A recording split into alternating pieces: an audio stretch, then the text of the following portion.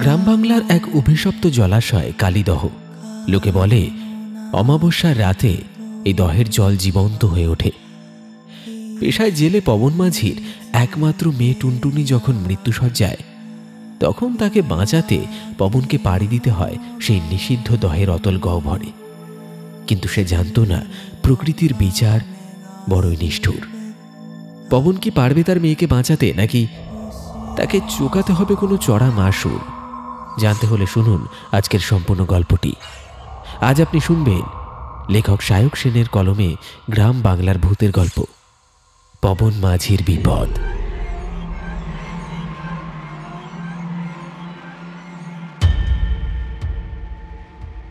নমস্কার আমার প্রিয় শ্রোতা বন্ধুরা, পিশাচ পর্ব অডিও স্টোরির পর্দায় আমি সুদর্শন আপনাদের প্রত্যেককে অনেক অনেক স্বাগত জানাই আমাদের আজকের এই নতুন হাড়হিম করা গ্রাম বাংলার ভূতের গল্পে।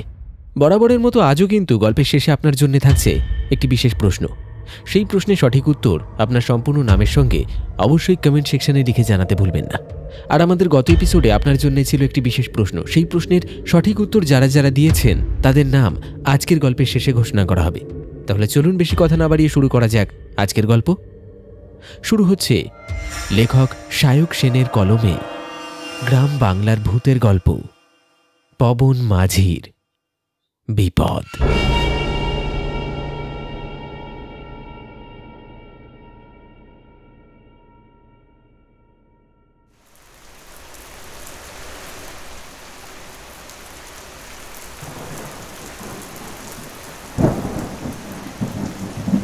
বাইরে তখন প্রলয়কাল।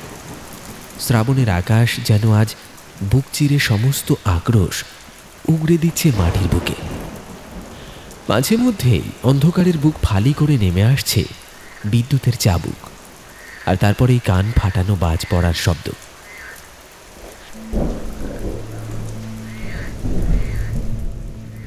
70 দশকের এই অজপাড়া গায়ে বিদ্যুৎ তখন রূপকথা। হারিকেনের কাঁচে বৃষ্টির ছাঁট লেগে আলোটা কাঁপছে থরথর করে, আর সেই কম্পমান আলো ছায়ায় মাটির ঘরের দেয়ালগুলোতে যেন প্রেত ছায়ার নৃত্য চলছে। ঘরের এক কোণে তক্তপোষের ওপর শুয়ে আছে 7 বছরের টুনটুনি। জ্বরের ঘোরে মেয়েটা মাঝে মাঝে কুঁকড়ে উঠছে। ছোট্ট শরীরটা আগুনের মতো পড়ছে। তার কপালে জলপট্টি দিতে দিতে টুনির মা সুধা চোখের জলেই ভাসছে। মেয়েটার চোখ উল্টে আসছে, শ্বাস পড়ছে খুব দ্রুত আর অগভীর।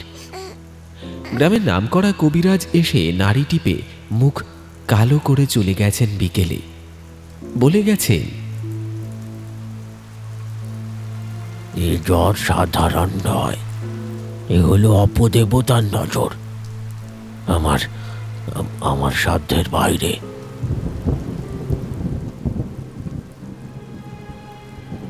ঘরের অন্য কোণে বসে আছেন ভিকু জ্যাঠা। ভিকু জ্যাঠা মা কালীর আরাধনা করেন। জল পড়া, তেল পড়া, তাবিজ, কবজ এসব দিয়ে নানান লোকের অনেক সাহায্য করেছেন। এই দুর্যোগের রাতে কোনো উপায় না দেখে শেষ ভরসা হিসেবে ভিকু জ্যাঠাকে ডেকে নিয়ে এসেছিল পবন। এতক্ষণ গম্ভীর মুখে বসেছিলেন তিনি। হঠাৎ ভিকু জ্যাঠা মাথা তুললেন। আগুনের আভা তার মুখে পড়ে এক অদ্ভুত ছমছমে পরিবেশ তৈরি করল। তিনি নিচু কিন্তু গমগমে গলায় বললেন, ওকে বাঁচাতে হলে ডাক্তার বুদ্ধিতে কাজ হবে না পবন। ওর প্রাণ ভমরা আটকে আছে কালীদহের অতলে। দরজার কাছে বসে থাকা পবন চমকে উঠল। কালীদহ!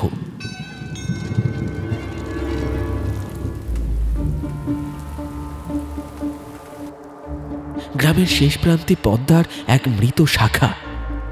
গ্রামের আবাল বৃদ্ধ বনিতা জানে ওই দহ সাধারণ জলাশয় নয়।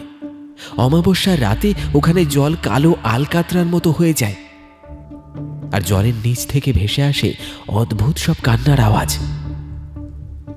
গ্রামের বিশ্বাস ওটা যক্ষপুরীর দরজা। পবন কাঁপা গলায় বলল, কালীদহ, কিন্তু কিন্তু সেটা আজ যে ঘোর অমাবস্যা। সেই জন্যই তো আজই সুযোগ। মন বলছে তুই যদি আজ রাতের মধ্যে কালীদহের ঠিক মাঝখান থেকে মায়া মৃগেল মাছের পিত্তি এনে মেয়েকে খাওয়াতে পারিস, তবেই মেয়ে চোখ মেলবে, নইলে ভোরের আলো ফোটার আগেই সব শেষ। সুধা চিৎকার করে কেঁদে উঠে পবনের পা জড়িয়ে ধরল। ওগো, তুমি যেও না, ওই দহে যে যায় সে আর ফেরে না, ফেরে না। পবন একবার তক্তপোষের দিকে তাকালো। টুনটুনের শীর্ণ হাতটা ঝুলে পড়েছে পাশ থেকে। মেয়েটা কি বাবা বলে ডাকবে না আর কোনোদিন? পবনের বুকের ভেতরটা মুচড়ে উঠল। সে জেলের ছেলে, জলের সঙ্গে তার নারীর টান, কিন্তু কালীদহ সে তো আর জল নয়, সে এক মৃত্যু ফাঁদ।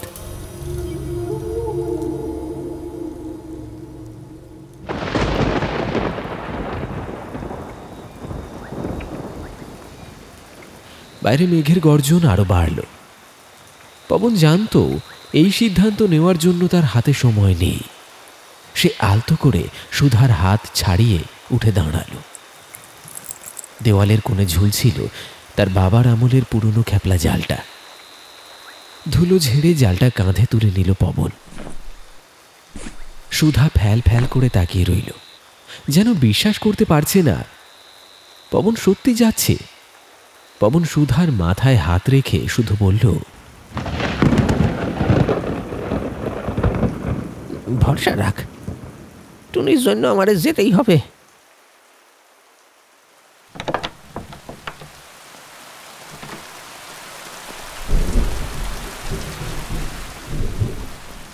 দরজা খুলে ঝড়ের রাতে পা বাড়ানোর ঠিক আগ মুহূর্তে জ্যাঠা পেছন থেকে ডাকলেন। ধোঁয়া আর আঁধারের মিশেলে তার গলা শোনালো যেন পাতালপুরীর কোনো দৈববাণীর মতো। শোন পবন, মনে রাখিস, দহের মালিক কিছু না নিয়ে কিছু দেয় না। মায়া মৃগেল আনবি, কিন্তু সাবধান। পবন কোনো উত্তর দিল না। মাথায় গামছা বেঁধে সে নেমে গেল সেই দুর্যোগের রাতে।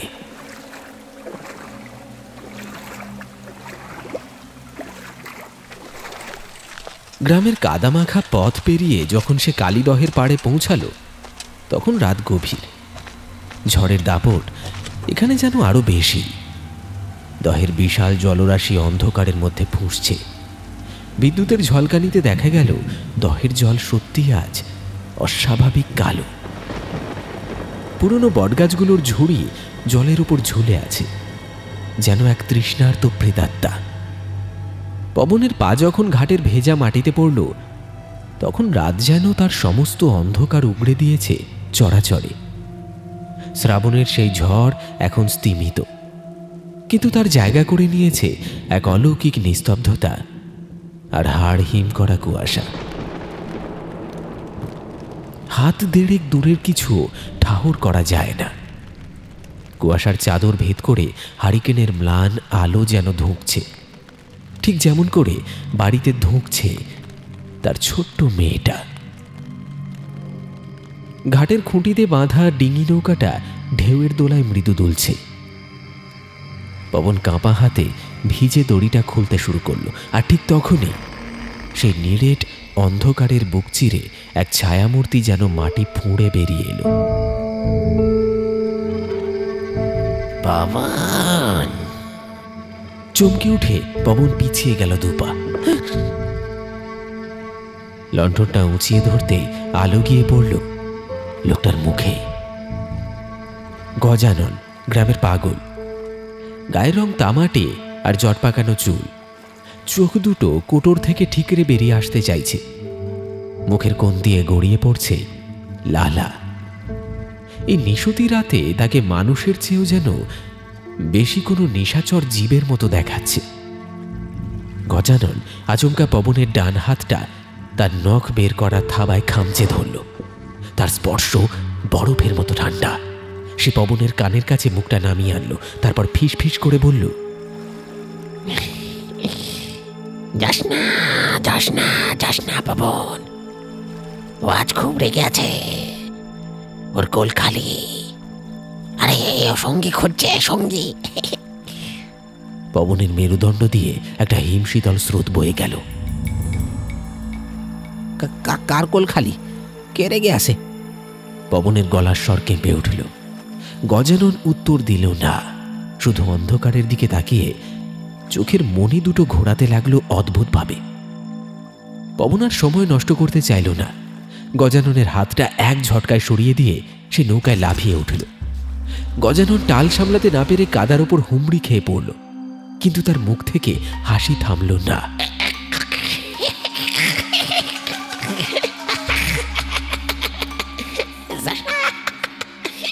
পবন বৈঠা দিয়ে জল ঠেলে নৌকা ভাসিয়ে দিল।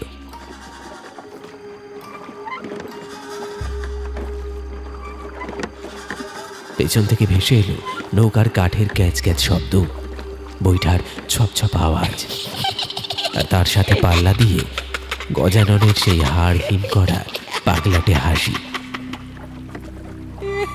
কুয়াশার আড়ালে ধীরে ধীরে সেই হাসি কান্নায় পরিণত হলো। মনে হলো কোনো এক অশরীরী আত্মা পবনের যাত্রা পথ চেয়ে বিলাপ করছে।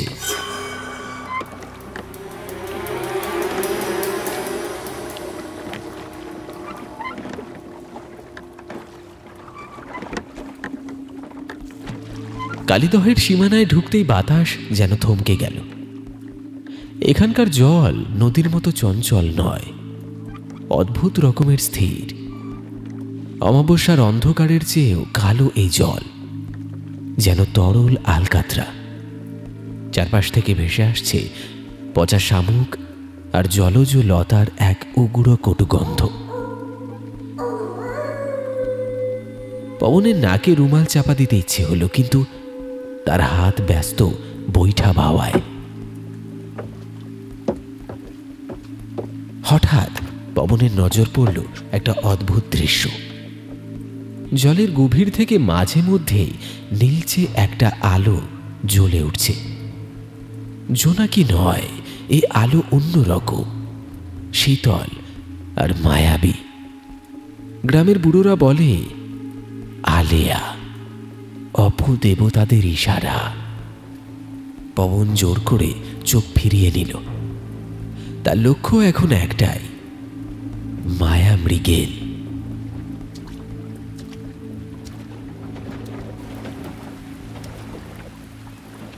দহের ঠিক মাঝ বরাবর এসে নৌকা থামালো পবন। বুকটা তার কামারের হাঁপড়ের মতো ওঠানামা করছে।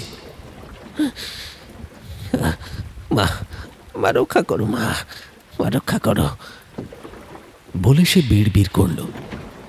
তারপর কোমর থেকে সেই পুরনো খ্যাপলা জালটা নিয়ে ছুঁড়ে দিল দহের কালো জলে। ঝপ করে একটা ভারী শব্দ হলো। জালটা তলিয়ে গেল অন্ধকারের গভীরে। মিনিট খানেক পবন দড়ি ধরে বসে রইল। চারপাশ নিঝুম। হঠাৎ হাতের দড়িতে একটা প্রবল টান।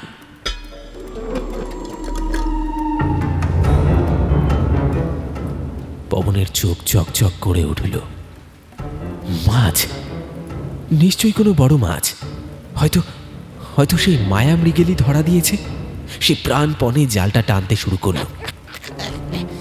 কিন্তু কি আশ্চর্য, জালের ভার সাধারণ মাছের মতো নয়। মনে হচ্ছে যেন জলের তলায় কেউ জালটা ধরে বসে আছে। পবন দাঁতে দাঁত চেপে শক্তি প্রয়োগ করল। ডিঙি নৌকাটা কাত হয়ে উল্টে যাওয়ার উপক্রম। পবন হাল ছাড়ল না। মেয়ের মুখটা মনে করে শেষ শক্তিটুকু দিয়ে সে হ্যাঁচকা টান মারল। জল তোল পার করে জালটা নৌকার পাটাতনে আছড়ে পড়ল। পবন হাঁপাতে হাঁপাতে লণ্ঠনটা জালের কাছে নিয়ে গেল, কিন্তু আলো পড়তেই তার সর্বাঙ্গ শিউরে উঠল। হাত থেকে বৈঠাটা প্রায় খসে পড়ছিল। জালে কোনো মাছ নেই। জালের সুতোয় পেঁচিয়ে উঠে এসেছে শ্যাওলা আর পলি মাখানো এক জড়া জীর্ণ নরকঙ্কাল।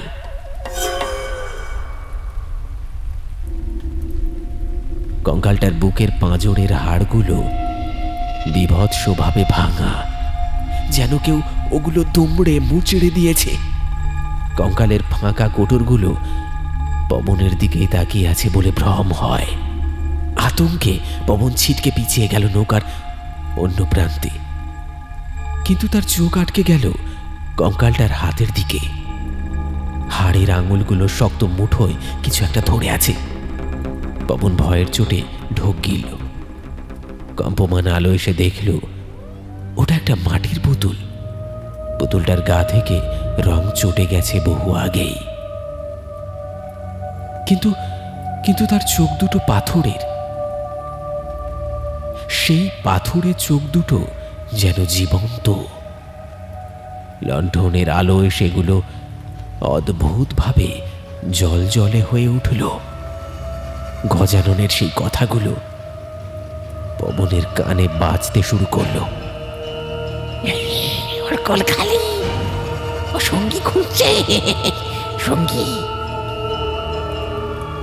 দহের মাঝখানে এই কঙ্কাল আর পাথুরে চোখের পুতুল নিয়ে পবন একা। আর ঠিক তখনই নৌকার তলা থেকে একটা মৃদু ধাক্কা অনুভব করল সে। দহের জল আবার নড়ে উঠেছে। পবন ভয়ে হাতের ওই বিভৎস মাটির পুতুলটা ছুঁড়ে ফেলে দিতে উদ্যত হলো। আর ঠিক সেই মুহূর্তেই একটা অদ্ভুত ঘটনা ঘটল। ঝড়ের গঙ্গানি, বিদ্যুতের গর্জন সব যেন এক নিমেষে থেমে গেল। চড়াচড়ে নেমে এলো এক মৃত্যু শীতল স্তব্ধতা। এমনকি দহের জলও যেন আর নড়ছে না। শুধু নৌকার চারপাশে বড়লি মাছের মতো অজস্র বুদবুদ জলের নিচ থেকে ভেসে উঠতে শুরু করেছে। টকবক করে ফুটছে জল, যেন নিচে কোনো আগ্নেয়গিরি জেগে উঠেছে। সেই বুদবুদের শব্দ ছাপিয়ে বাতাসের বুক চিরে ভেসে এলো এক হাড় হিম করা নারী কণ্ঠ। সে স্বরে কোনো ক্রোধ নেই, আছে এক অনন্ত হাহাকার আর বরফ শীতল দাবি। আমার খোকাকে আমার কাছে দে, তোর মেয়েকে আমি জীবন দেব। পবনের হাত অবশ হয়ে আসছে। সে ভয়ার্ত চোখে এদিক ওদিক তাকাল। দহের কুচকুচে কালো জলের উপর তখন ধীরে ধীরে ফুটে উঠছে এক ছায়ার শরীর। আবছা কুয়াশার মতো সেই অবয়ব। মুখটা স্পষ্ট বোঝা যায় না, যেন গলানো মোম দিয়ে তৈরি। কিন্তু তার দীর্ঘ ঘন কালো চুলগুলো জলের ওপর ছড়িয়ে আছে, ঠিক যেন এক ঝাঁক বিষধর সাপ। জলের ওপর ভেসে থাকা সেই প্রেতাত্মা হাত বাড়ালো নৌকার দিকে।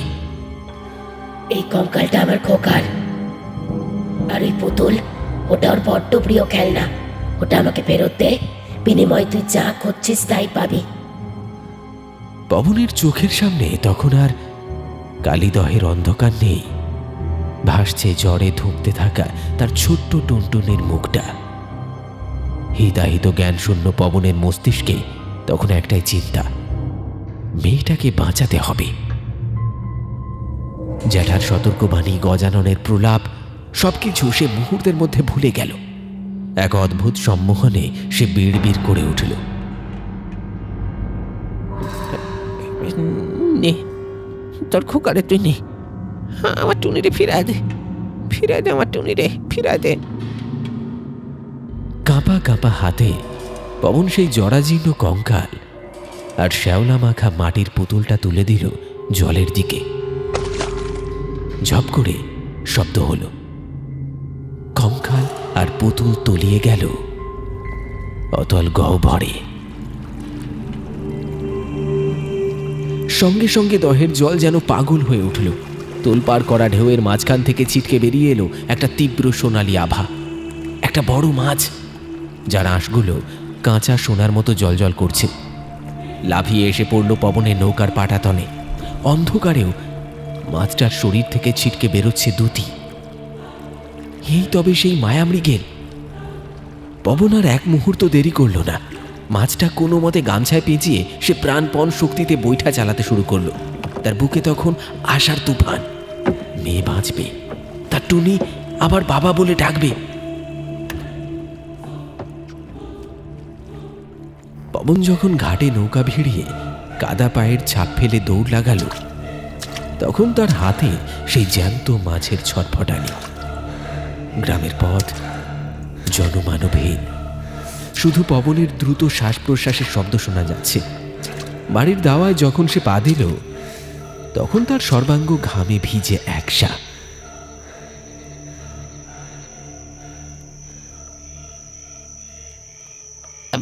সুধা, অসুধা, দেখ আমি এনেছি, আমি আমি আমি এনেছি, আমি মায়া মৃগেল এনেছি। পবন চিৎকার করে ঘরে ঢুকল, কিন্তু ঘরের দৃশ্য দেখে তার গলার স্বর আটকে গেল।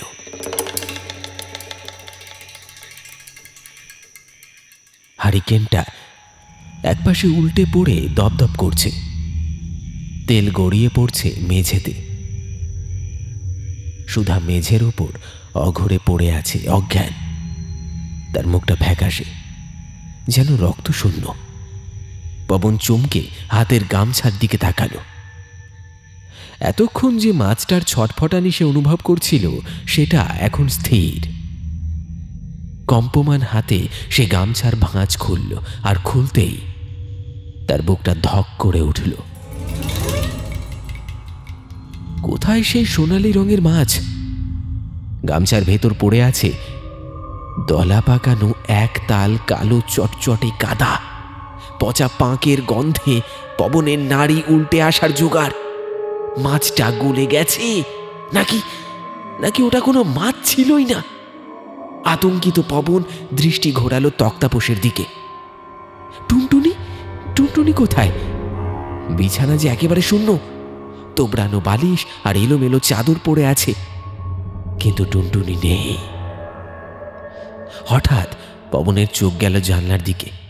ঝড়ের দাপটে জানলাটা হাট করে খোলা, বাইরের ভিজে বাতাস হু হু করে ঢুকছে ঘরে। আর সেই খোলা জানলার শিকের গায়ে লেগে আছে একদলা দহের শ্যাওলা। আর শ্যাওলার ঠিক ওপরেই জানালার চৌকাঠে বসানো আছে সেই জিনিসটা, সেই রংচটা পাথুরে চোখের মাটির পুতুলটা, যেটা পবন একটু আগে নিজের হাতে দহের জলে বিসর্জন দিয়ে এসেছিল। পবনের মাথাটা ঘুরে গেল। দেওয়াল ধরে সে কোনো মতে দাঁড়িয়ে রইল। বাইরে তখন আবার বাজ পড়ার শব্দ।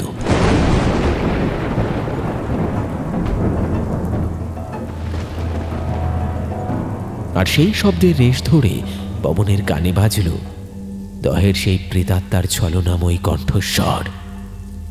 বিনিময় তুই যা খুঁজছিস তাই পাবি। পবনের চোখের সামনে তখন আর কালীদহের সেই নিকষ কালো জল নেই। সেখানে এক অস্পষ্ট কুয়াশা সরে গিয়ে ভেসে উঠেছে এক পুরনো স্মৃতির ক্যানভাস। সিনেমার রিলের মতো একটার পর একটা দৃশ্য তার মস্তিষ্কের কোষে আছড়ে পড়ছে।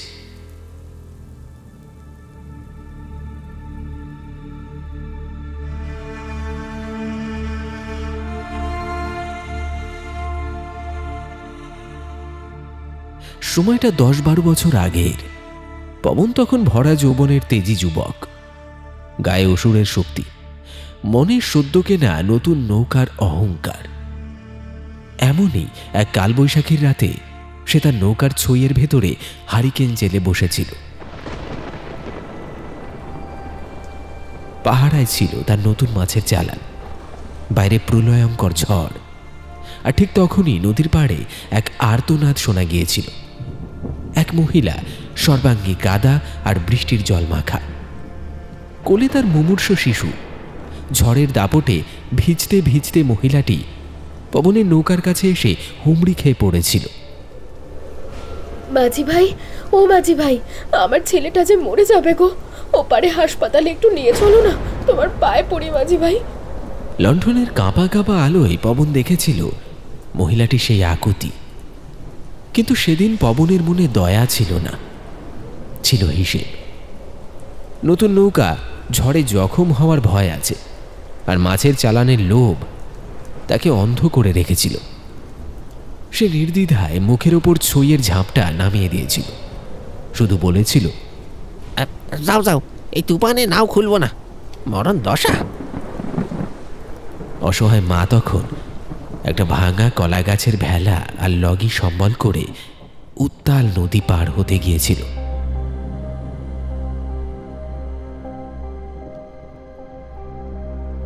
পবন নৌকার ফাঁক দিয়ে দেখেছিল মাঝ নদীতে কিভাবে একটা ঢেউয়ের ঝাপটায় মা আর ছেলে তলিয়ে গেল।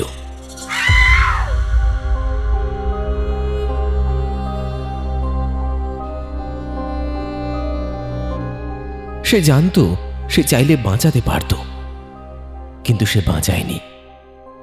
সেই স্মৃতি সে জোর করে ভুলতে চেয়েছিল।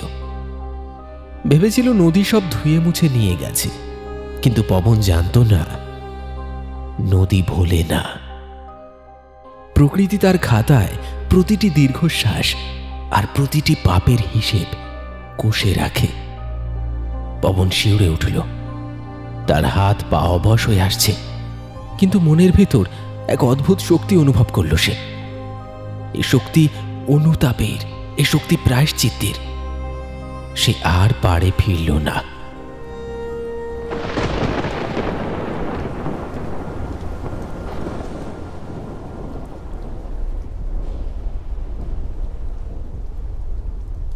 ঝড়ের মধ্যেই নৌকা ঘুরিয়ে আবার চলল সেই কালীদহের ঠিক মাঝখানে, যেখানে সে ওই মাছটা পেয়েছিল। মাঝ দরিয়ায় পৌঁছে পবন বৈঠা ছেড়ে উঠে দাঁড়াল। চারিদিক নিস্তব্ধ, শুধু বাতাসের শোঁ শোঁ শব্দ। সে চিৎকার করে আকাশ বাতাস কাঁপিয়ে বলল, ওরে ওরে, আমি এসেছি, আমি সব বুঝতে পেরেছি, সব বুঝতে পেরেছি রে বোন। সেদিন সেদিন আমি মানুষ ছিলাম না, আমি মানুষ ছিলাম না। একটা মানুষ বিপদে পড়লে তারা নিঃস্বার্থভাবে সাহায্য করাটাই যে মানুষের ধর্ম, সেদিন আমার সেই হুঁশটা ছিল না রে। আমি আমার পাপ স্বীকার করছি। তুই আমার উপর রাগ করিস না বোন, আমার উপর রাগ করিস না। আমার আমার নির্দোষ মেয়েটারে ছেড়ে দে, ছেড়ে দে, ছেড়ে দে। পবন উত্তরের অপেক্ষায় থাকে, কিন্তু অদ্ভুত ব্যাপার, জল থেকে কোনো নারী মূর্তি উঠে আসে না, কোনো কঙ্কাল ভেসে ওঠে না। শুধু এক গভীর ভারী নিস্তব্ধতা গ্রাস করে তাকে। পবন বুঝতে পারে এই ঋণ মুখে বলে শোধ হওয়ার নয়। এক মায়ের কোল খালি করার শাস্তি তাকে পেতেই হবে।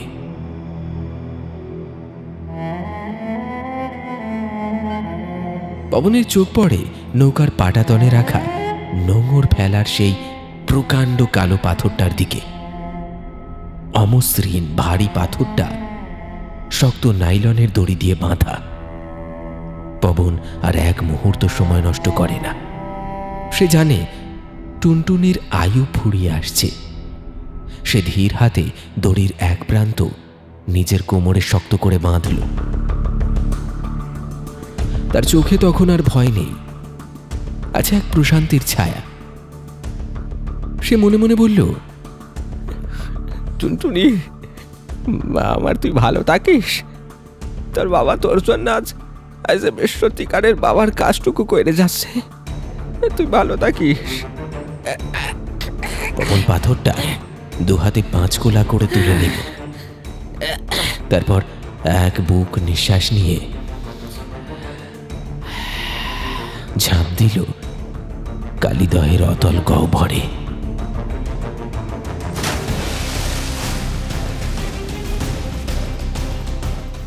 ঝপাস একবার শুধু জলটা তোলপাড় হলো।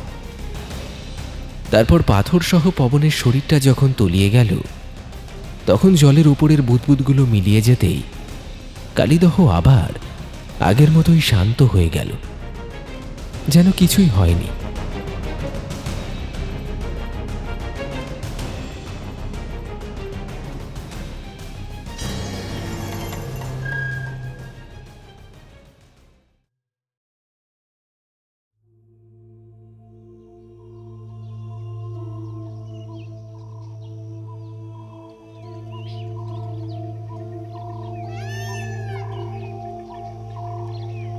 ভোর হয়েছে, পূব আকাশে সূর্য উঁকি দিচ্ছে, ঝড়ের কোনো চিহ্ন নেই।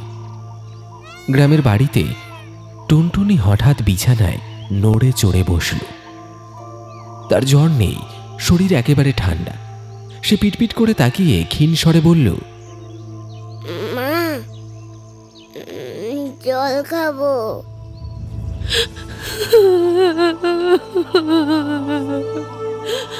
পবনের স্ত্রী পাগলের মতো মেয়েকে বুকে জড়িয়ে ধরল। তার আনন্দের কান্নায় আকাশ বাতাস ভারী হয়ে উঠল। আর ঠিক সেই সময় বাড়ির উঠোনে হন্তদন্ত হয়ে ছুটে এলো প্রতিবেশী এক জেলে।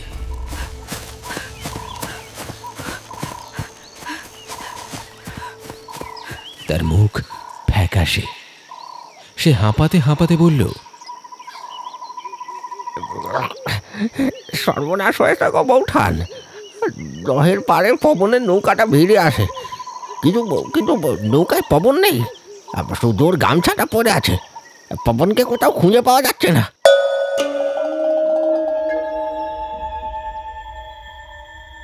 টুনটুনির মা মেয়ের দিকে তাকালো, তারপর তাকালো শূন্য উঠোনের দিকে।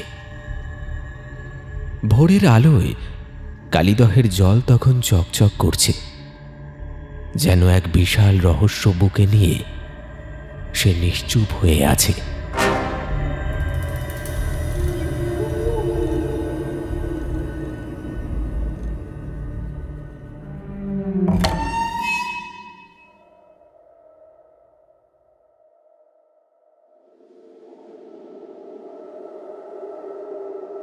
শুনলেন পবন মাঝির বিপদ। আমাদের আজকের নিবেদনের এই গল্পটি আপনার কেমন লাগলো অবশ্যই কমেন্টে লিখে জানাতে ভুলবেন না। যেমনটা গল্পের শুরুতে বলেছিলাম, আজও কিন্তু গল্পের মধ্যে থেকে থাকছে আপনার জন্য একটি বিশেষ প্রশ্ন। যদি আপনি সম্পূর্ণ গল্পটি মনোযোগ সহকারে শুনে থাকেন, তাহলে বলুন তো, আমাদের আজকের এই গল্পে ভিকু জ্যাঠা পবনকে কালীদহ থেকে কোন মাছ আনতে বলেছিল? খুবই সহজ একটি প্রশ্ন। প্রশ্নের সঠিক উত্তর আপনার সম্পূর্ণ নামের সঙ্গে কমেন্ট বক্সে লিখে জানান। তাহলে চলুন একবার ঝটপট দেখে নিই আমাদের গত এপিসোডে কারা কারা সঠিক উত্তর লিখে কমেন্ট করেছিলেন। আমাদের গত এপিসোডে সঠিক প্রশ্নের উত্তর দিয়ে কমেন্ট করেছিলেন নারায়ণ বসাক, সুমন চ্যাটার্জি, তাপস দাওয়ান, পূজা দাওয়ান, শেখ মুস্তাকিন, রত্না সরকার, মোহাম্মদ রনি মিয়া, মোহাম্মদ মসিদুর রহমান, পিন্টু ডাকুয়া, দীপা ডাকুয়া, রাজদীপ ডাকুয়া, রাজশ্রী ডাকুয়া, জয়, মল্লিকা বারিক, মোহাম্মদ তন্ময়, প্রিয়াঙ্কা প্রামাণিক, শুভঙ্কর দাস, শঙ্কর মণ্ডল, পূজা মণ্ডল, বিকাশ মণ্ডল, হাসানুর শেখ, হেমন্ত মণ্ডল, সার্থক মণ্ডল, সুষমা মণ্ডল, অমিতা ঠাকুর, রীনা বাছার, মুন্না রুই দাস, মৌসুমী মান্না, অনিক মান্না, জয়শ্রী বিশ্বাস, খোকন বর্মন, গণেশ দাস, মিঠু দাস ও রিয়া দাস। আপনাদের প্রত্যেককে অনেক অনেক ধন্যবাদ জানাই আমাদের গল্পগুলি নিয়মিত শুনে গল্পে থাকা প্রশ্নের সঠিক উত্তর কমেন্ট বক্সে লিখে জানানোর জন্য। এইভাবেই সঙ্গে থাকুন, পাশে থাকুন। আর আমাদের এপিসোডগুলি যদি ভালো লেগে থাকে তাহলে একটি লাইক দিয়ে হাইপ দিতে ভুলবেন না। তাহলে চলুন আবার দেখা হবে আরেকটি টান টান উত্তেজনায় পরিপূর্ণ রোমাঞ্চকর গ্রাম বাংলার ভূতের গল্পের সাথে আগামী এপিসোডে। ততক্ষণের জন্য সকলে খুব ভালো থাকবেন, সুস্থ থাকবেন। ধন্যবাদ।